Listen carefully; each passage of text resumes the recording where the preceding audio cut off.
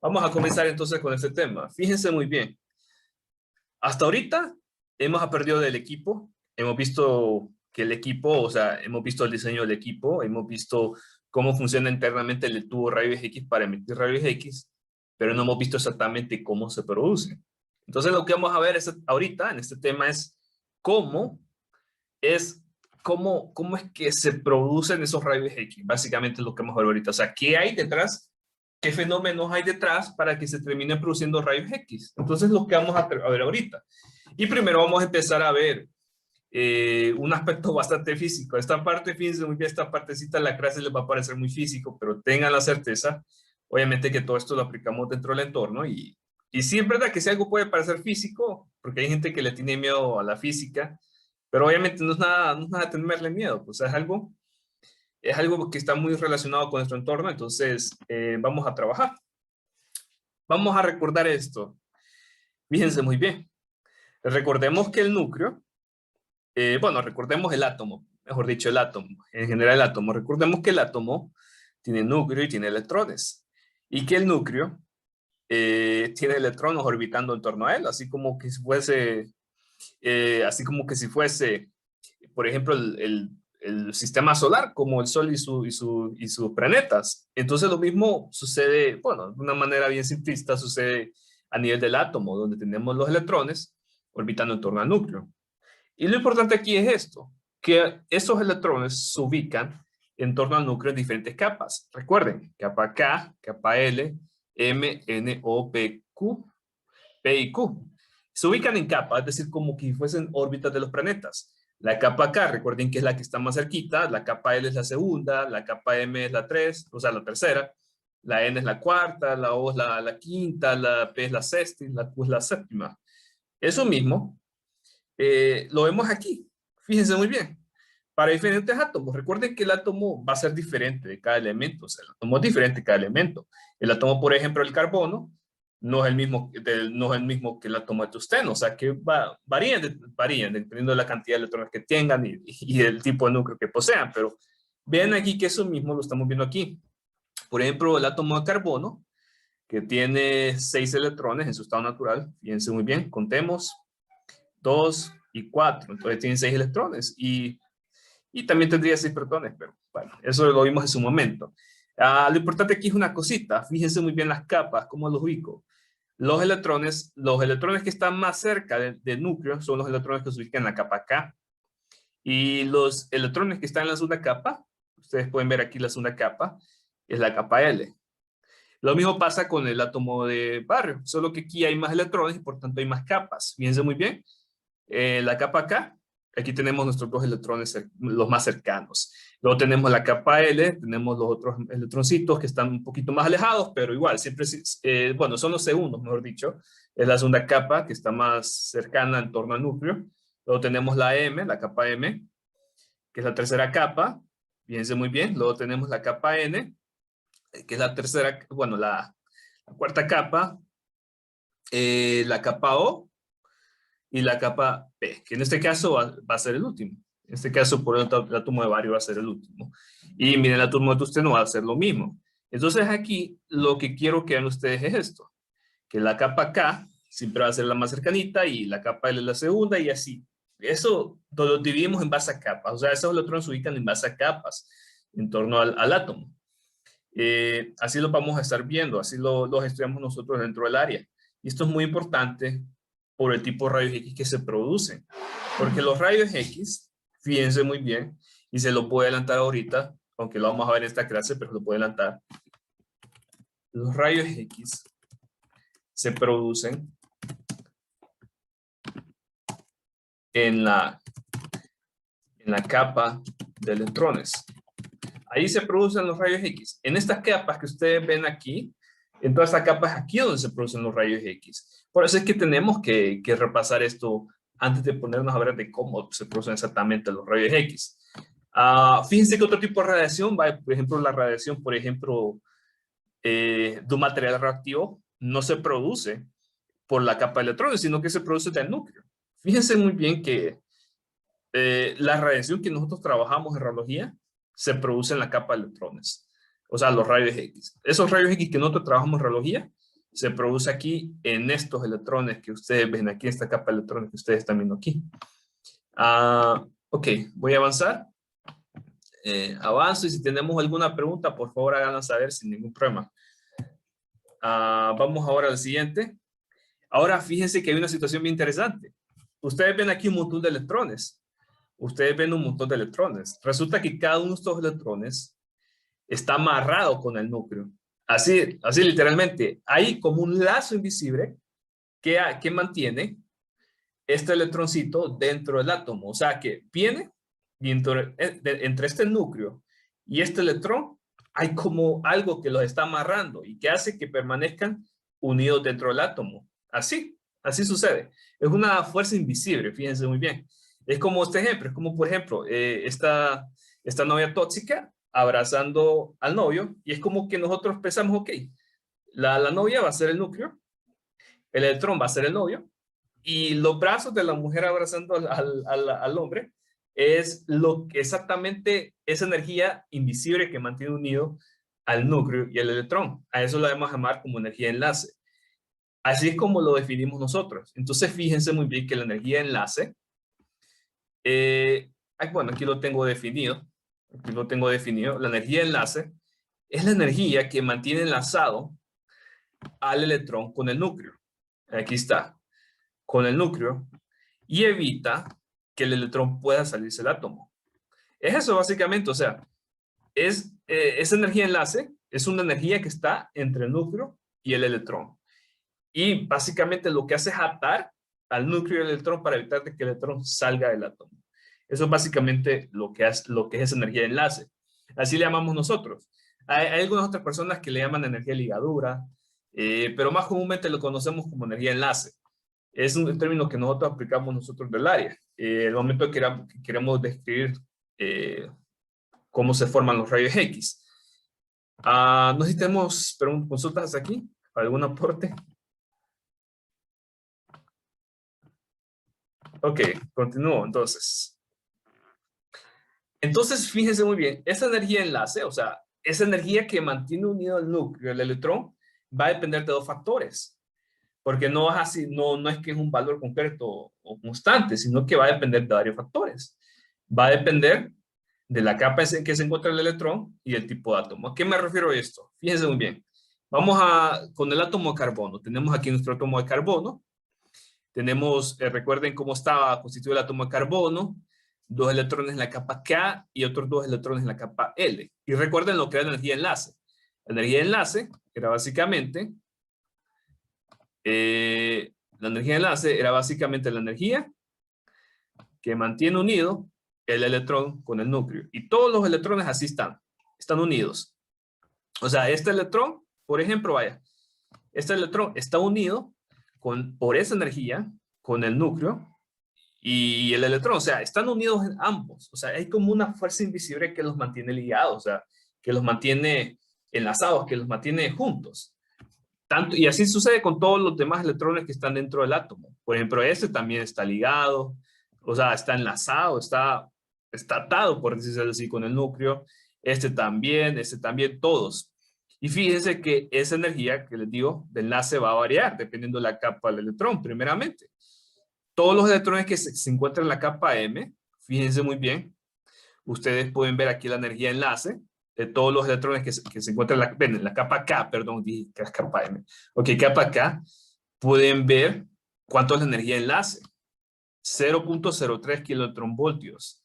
Miren muy bien, energía de enlace 0.3 kilotronvoltios para todos los electrones que se encuentran en la capa K. O sea, estos 2 electrones que se encuentran en la capa K, en el átomo de carbono, esta va a ser la energía que los va a mantener unidos con respecto o sea, que los va a mantener unidos con respecto al núcleo. Y miren aquí una cosa. Fíjense que ahora los electrones que se ubican en la capa L ya no van a tener este valor de energía. O sea, que los va a mantener unidos al núcleo. Sino que van a tener ahora este valor de energía. Y entonces vean una situación muy interesante. ¿Qué ven ustedes que pasa con la energía de enlace? Vamos a ver si están en clase, si están conmigo o si es que no están en otra cosa. ¿Qué ven ustedes que pasa ahí? Energía disminuye. Ajá, correcto, energía disminuye. Y quiero preguntarles una cosita. ¿Qué podemos concluir en base a esto? Que entre más cerca mayor del distancia iría disminuyendo el KEB. Podría Entre decir. más alejado estén los electrones del núcleo, va núcleo. disminuyendo. Va a Correcto. disminuir la energía. Correcto. O sea, la energía de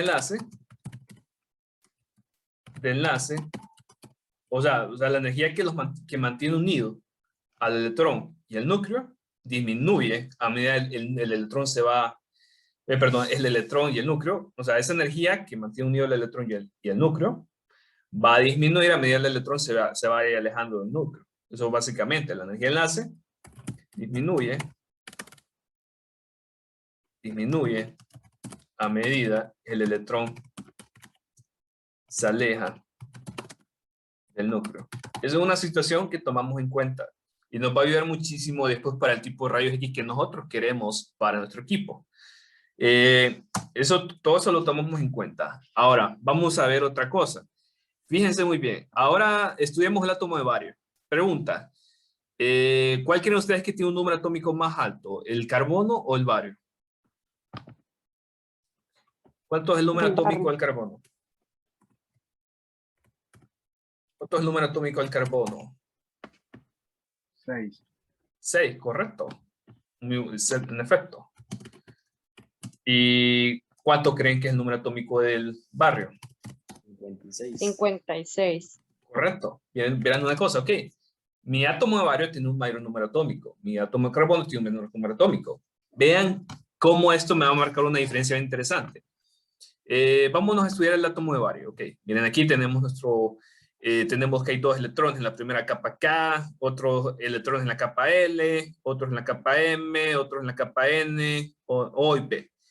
Ahora, veamos cuánto es la energía que mantiene unidos los electrones de la capa K con respecto al núcleo. Y vean aquí cuánto es. ¿Ok? Veamos aquí. 37 kilotronvoltios. Interesante, ¿verdad? 37, ya no es 0.3, que era la que mantenía unido los electrones en el átomo de carbono. Entonces, quiero hacer una pregunta. ¿Qué podemos concluir en base a esto? Que entre mayor número atómico, mayor energía no se tendrá. Correcto, exactamente. Mientras mayor número atómico, mayor es la energía de enlace. Entonces, esto también lo tomamos mucho en cuenta y créanme, se toma mucho en cuenta para, por ejemplo, saber qué tanto daño puede hacer la radiación en ciertos materiales o para saber, por ejemplo, si en ciertos materiales es útil utilizarlos como blindaje o es útil utilizarlos como, por ejemplo, de filtración para la radiación. Todo eso lo tomamos en cuenta en esta parte. Y vean que si seguimos estudiando el átomo de bario, vamos a encontrar otra situación. Que vean ustedes que, por ejemplo, los electrones de la capa L, aquí están nuestros electroncitos de la capa L, la energía de enlace va disminuyendo con respecto a la capa K. Vean ustedes que ahora en vez de 37 pasa a 6. Y vean ahora que en la capa M, tenemos en la capa M, esa energía de enlace es menor. O sea que se cumple lo que vimos anteriormente, que la energía de enlace disminuye a medida que el electrón sale del núcleo.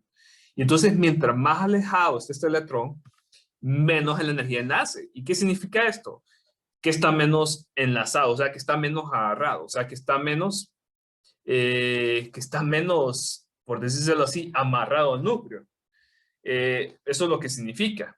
Vean aquí, mientras más se va alejando esos electrones, perdón, menor es la energía de enlace. Ok. ¿Me autoriza a borrar esto para continuar lo siguiente? Chile. Sí, ok. Borro aquí lo siguiente. Ahora, fíjense muy bien. Quiero que recuerden el proceso de radiación, el proceso de ionización. No sé si ustedes me recuerdan qué es la ionización. Recuérdenme eso cuando lo vimos en su momento. Desprendimiento de un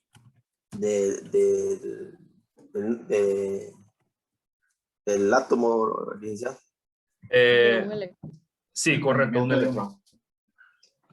De un bario. Sí, sí, exactamente. es el desprendimiento. Aquí es donde se convierte la radiación ionizante, ¿vale? Correcto, es el desprendimiento de un electrón del átomo. Sí. Y recuerden, o sea, esto va a indicar si la radiación es ionizante o no ionizante, o sea, si es dañina o no dañina. Recuerden, la ionización indica si una radiación es dañina, o sea, ionizante, o no dañina. No ionizante. No ionizante. Entonces, ¿por qué tenemos que volver a repasar esto? Porque resulta que para que una radiación, y recuerden que la radiación puede ser electromagnética, puede tal vez ya ser electrones, porque recuerden que la radiación es toda partícula que transporta energía, o puede ser la alfa, o puede ser la gamma, o puede ser los neutrones, o puede ser cualquier cosa que sea radiación. Esa radiación solo va a poder ionizar al electrón si esta radiación lleva como mínimo una energía igual o superior a energía enlace, perdón, aquí voy a cambiar una cosita, porque aquí lo vimos en torno a energía de enlace y aquí les pongo ligadura, entonces ahí se van a confundir energía de enlace. Voy a cambiar esto, perdón, voy a cambiar esto. Ok, ya está cambiado. Entonces, como les decía, para que esa radiación pueda ionizar, esa radiación que llega al átomo, recuerde que esa radiación puede ser electromagnética, o sea, un fotón que viaja por ahí, o puede ser electrones, o puede ser alfa, lo que sea que es radiación. Solo puede ionizar si esa radiación lleva una cantidad de energía igual o superior a la energía de enlace del electrón en el átomo para poder ionizarlo. O sea, ¿qué significa esto? Lo que significa esto es lo siguiente, ok. Esto lo que significa que no importa, o sea, que no importa el tipo de radiación. Si la radiación tiene cierta cantidad de energía suficiente para poder ionizar el electrón, ahí esa radiación ya me puede hacer daño. Y eso va a depender de los factores que vimos anteriormente. Recuerden, va a depender de la energía de enlace que tenga ese electrón. Ahora, ¿qué significa esto? Ok, ¿alguien tiene el audio encendido? ¿Quién está haciendo bulla? Claudia. Claudia se está cepillando los dientes, Claudia. Ay, no. Disculpen. Está bien, Claudia. Ok. Ok, entonces, es eso básicamente. O sea, para que la radiación pueda ser ionizante, esa radiación tiene que llevar una energía igual o superior a la energía del enlace del electrón en el átomo para poder ionizarlo. ¿Qué significa esto? Vamos a ver. Lo que significa esto es lo siguiente. Ok. Está bien, claro, si a todo el mundo le pasa eso. Ok. Vamos a ver. Fíjense muy bien. ¿Qué significa esto? Ok. Vamos a verlo en torno a lo que es el átomo de tungsteno. Tenemos aquí nuestro átomo de tungsteno y recuerden que es la misma situación. Tenemos un montón de electrones y que los electrones se ubican en capas. Ok, capa L, capa M, L, M, N, O, P, Q. Entonces vamos a ver. Voy a hacer la siguiente pregunta. Aquí también está la energía de enlace de cada electrón en cada capa. Pueden ver la energía de enlace de los electrones de la capa K, L, M, N, O y bueno, en la capa P, que en ese caso es súper pequeña y por tanto no lo menciona. Pero entonces vamos a ver la pregunta. ¿Cuánta es la energía que mantiene unido, en el átomo a los electrones de la capa K? Vamos a ver si podemos responder a esto. ¿Cuánto sería la energía enlace? 69, ¿Cuánto? 69. Sí, correcto. Exactamente, 69, y aquí lo estamos viendo. Y ahora, vean ahora lo que les digo. La siguiente pregunta. ¿Cuánta energía necesita una partícula, o sea, una radiación? Esto lo podemos conocer como una radiación, para ionizar un electrón de la capa L. Entonces, fíjense muy bien. ¿Cuánta energía va a necesitar como mínimo? Como mínimo, la energía que tiene que necesitar es la energía de ligadura de los electrones de la capa. En este caso, la capa L, en ustedes 12 kilotronvoltios. 12 kilotronvoltios. En ustedes 12 kiloelectronvoltios. Entonces, esa radiación solo puede hacer daño si tiene como mínimo, o sea, si tiene como mínimo una cantidad igual o superior de energía de enlace de los electrones. Por eso es que nosotros vamos a ver que, por ejemplo, los rayos X sí hacen daño y la radiación, por ejemplo, que emite un Wi-Fi, que es la microondas, no hace daño. ¿Por qué? Porque los rayos X sí tienen esa energía para ionizar esos electrones. La radiación, por ejemplo, que emite un Wi-Fi o la radiación, bueno, la de microondas no tiene suficiente energía. No tiene esa energía para estar quitando esos electrones dentro del átomo. Entonces, pasa esto. Ok. ¿Preguntas hasta aquí? ¿Preguntas? Puede poner la diapositiva anterior, por favor. Sí. Ok. La diapositiva anterior borro esto. Entonces prácticamente aquí para desprender un electrón se necesita 69 de energía para poderlo desprender. Para el tungsteno sí. Para el tungsteno sí. Para el tungsteno, sí.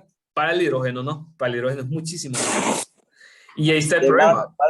a depender de la sustancia, ¿va? Sí, correcto. Y entonces ahí está el problema. ¿Por qué? Porque ¿de qué elementos creen ustedes que está hecho el cuerpo humano?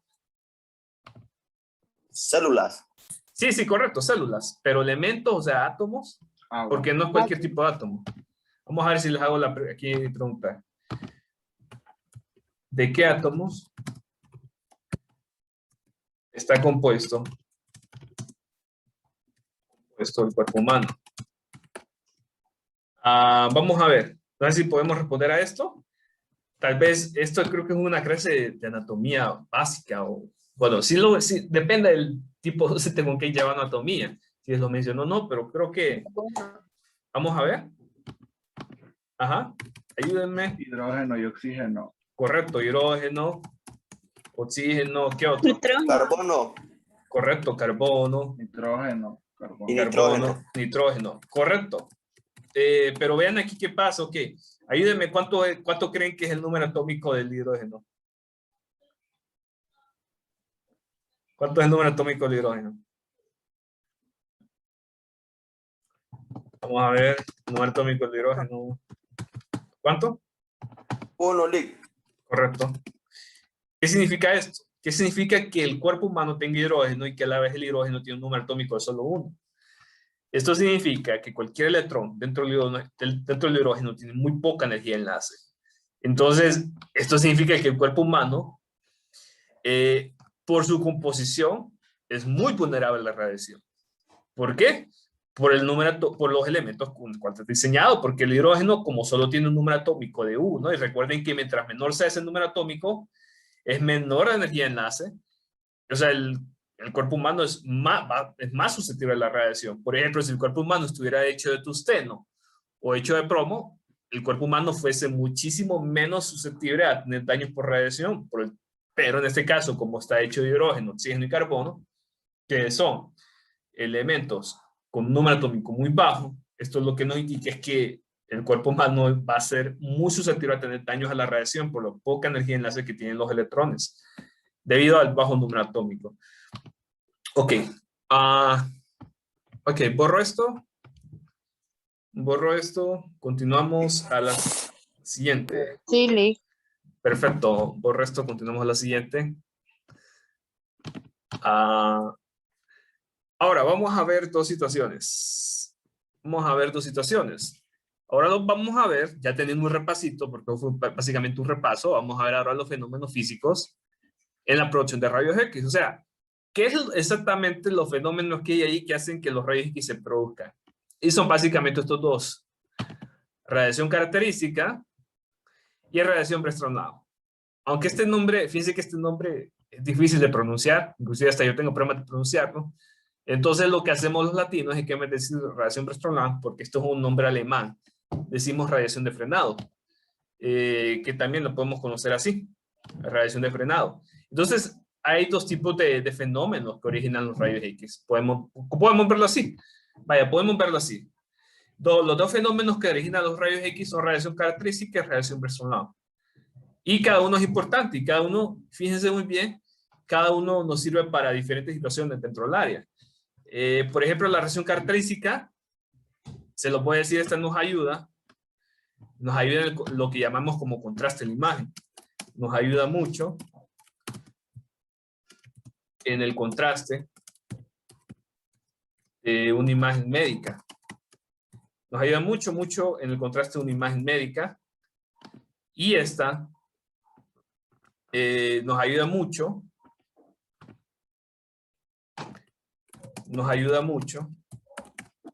a regular la exposición de radiación. Nos ayuda mucho a regular la exposición de radiación al paciente. Todo esto tiene su porqué. Todo esto tiene su porqué. Y todo esto lo aprovechemos nosotros dentro del área. Por estos factores. Luego van a ver ustedes cómo se aplica esto exclusivamente en el área. Porque aún faltan bastantes clases para que veamos la aplicación de todo exactamente lo que estamos viendo. Voy a avanzar. ¿Puedo avanzar a la siguiente? Sí, Ok. Vamos a continuar a la siguiente. Y vamos a recordar una cosita. Antes de ponernos ahora exclusivamente sobre esto, vamos a recordar lo siguiente. Recuerde cómo funcionaba internamente el tubo de rayos X. Tenemos electrones, bueno, tenemos nuestro cátodo, nuestro ánodo, y recuerden que del cátodo salen electrones. Estos electrones llegan a lo que es el ánodo. Y cuando llegan, esos electrones chocan contra el ánodo y se producen los rayos X. Ahí está. Entonces, es lo que vamos a ver ahorita. Precisamente cómo se formaron esos rayos X. Y para ello tomemos en cuenta lo siguiente. Ese ánodo que ustedes ven aquí, este ánodo es materia. Es materia. Recuerden, todo lo que es materia está constituido de átomos. Y como sí, en este caso, por supuesto, en este caso estamos hablando de tungsteno, que es el material, correcto. Y entonces fíjense que ese ánodo, como es materia, está constituido de átomos. Y aquí se los represento. Estos son los átomos, que obviamente esta es una simplificación bastante, obviamente. Pero aquí estamos viendo los átomos básicamente del ánodo. Estamos viendo los átomos del ánodo y aquí estamos viendo los electrones que salen del cátodo. Ahí recuerden que estos electrones son los que salen del cátodo. Electrones que salen del cátodo. Y estos electrones tienen el objetivo de ir hacia estos átomos del blanco. Básicamente eso es lo que parece, o sea, básicamente ese es el propósito de esos electrones. El propósito de estos electrones que salen del cátodo, aquí están, se lo estoy representando como una flechita, es básicamente ir a estos átomos del ánodo. O sea, ese es el propósito de ellos. El propósito de ellos es dirigirse hacia los átomos del blanco del ánodo. Entonces, vean qué pasa una vez de que esos electrones llegan al átomo del ánodo. Vean ustedes qué es lo que pasa. Entonces, voy a empezar a explicar esta partecita poco a poco, porque yo sé que aquí esta parte se mira muy confusa, esta imagen se mira súper confusa. Entonces, lo primero que ocurre, pueden suceder dos cosas. Primero, vamos a encontrar radiación característica, que es el primer fenómeno que les dije. Recuerden que eran dos fenómenos. Radiación característica y radiación Bressoniana. Lo que vamos a ver ahorita es radiación característica. Y vean qué pasa. Ok, la radiación característica, fíjense muy bien cómo se produce esto. ¿Cómo se produce esto? Aquí lo que pasa es lo siguiente. Dice, ¿qué tal me escuchan ahorita? Sí, hoy sí. ¿Me están escuchando bien? Ahorita. Ok, entonces como les dije, la radiación característica, fíjense muy bien qué es lo que pasa aquí. Esto se produce cuando un electrón proveniente del cátodo ioniza un electrón de la capa interna del átomo. O sea, aquí hay dos electrones. Un electrón es el que viene del cátodo y otro electrón es el que sale ionizado. O sea, que viene un electrón ioniza otro electrón. Básicamente es esto. Entonces, ok, eso básicamente es lo que pasa. Vino un electrón, ionizó a otro electrón dentro del átomo. Entonces, ¿cuál es el electrón que ioniza? Aquí se lo voy a explicar detalladamente.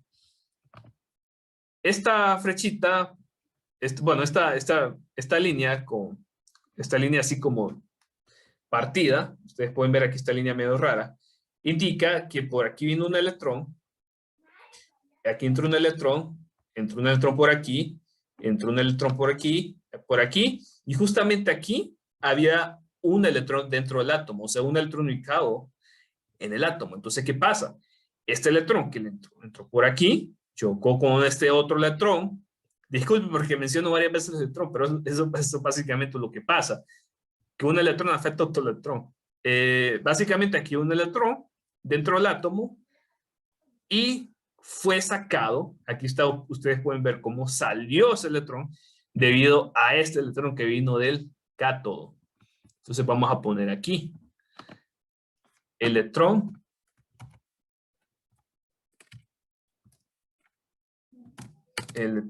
vamos a poner que vino del cátodo. El cátodo. Vamos a ubicarlo aquí, electrón que vino del cátodo. Electrón que vino del cátodo, y este electrón que ustedes ven aquí saliendo, es un electrón que salió, vamos a poner aquí, electrón ionizado. Recuerden que un electrón ionizado es el que estaba previamente en el átomo y que fue sacado por radiación. En este caso la radiación es este electrón que vino del cátodo. Entonces esto es básicamente la reacción característica. ¿Por qué? Porque resulta que aquí, este electrón que salió dejó un espacio vacío. Dejó un espacio vacío, así es lo digo. Dejó un espacio vacío. ¿Qué pasa? Resulta que no puede haber espacios vacíos. O sea, la naturaleza, fíjense que sí, la naturaleza de un átomo, las leyes naturales de un átomo, por decirlo así, indican que no puede haber un espacio vacío en las capas internas, sino que ese espacio vacío que fue dejado por este electroncito tiene que ser ocupado por otros electrones de la capa superior. Puede ser, por ejemplo, un electrón de la capa L, o un electrón, por ejemplo, de la capa M, o un electrón de la capa N. Entonces, el asunto es que ese espacio vacío tiene que ser ocupado. En este caso, puede ser ocupado, ya sea, por ejemplo, este electrón que está en la capa, permítame, que está en la capa, se me fue la flecha, está en la capa L, o sea, lo ocupó, llenó el espacio, o también podría ser ocupado, por ejemplo, por un electrón que está en la capa M, perfectamente podría ocupar ese espacio vacío, o ser ocupado, por ejemplo, por un electrón de la capa N. O sea, el asunto es que los electrones que están en la capa superior deben ocupar ese espacio vacío. ¿Qué pasa? Cuando un electrón se ubica de una capa superior a una capa inferior, ese movimiento de un electrón de una capa superior a una capa inferior es lo que origina los rayos X. Entonces aquí estamos viendo los rayos X que salen. Por ejemplo, este rayo X aquí salió porque este electrón que estaba en la capa L se movió para llenar el espacio vacío de la capa K que dejó este electrón ionizado. O por ejemplo, miren muy bien que este otro rayo X, por ejemplo, este otro rayo X salió porque este electrón vino y llenó el espacio vacío. Que vamos a poner, llenó el espacio vacío. Perdón, tengo problemas con la flechita. Llenó el espacio vacío. Ay, no me sale la flecha aquí. ¿Qué vamos a poner? Llenó el espacio vacío que dejó ese electrón ionizado. Y aquí ustedes pueden ver que cuando este electrón se movió a la capa inferior, emitió un rayo X. Y aquí podemos ver, en el otro caso, por ejemplo, este electrón que estaba en la capa superior, se fue a llenar el espacio de la capa interna, así es, este espacio vacío, y cuando se mueve este espacio vacío, emite el rayo X. Entonces este rayo X que se emite la vamos a conocer como rayos X característicos, porque se forman por el fenómeno de radiación característica. Entonces, miren muy bien, rayos X característicos. Son rayos X que se forman por radiación característica. Espero que este tema no los haya estresado un poquito, porque yo sé que es algo de física, pero es súper importante que veamos esto. Súper importante, sobre todo al momento de saber qué tipo de aspectos técnicos del equipo manejamos.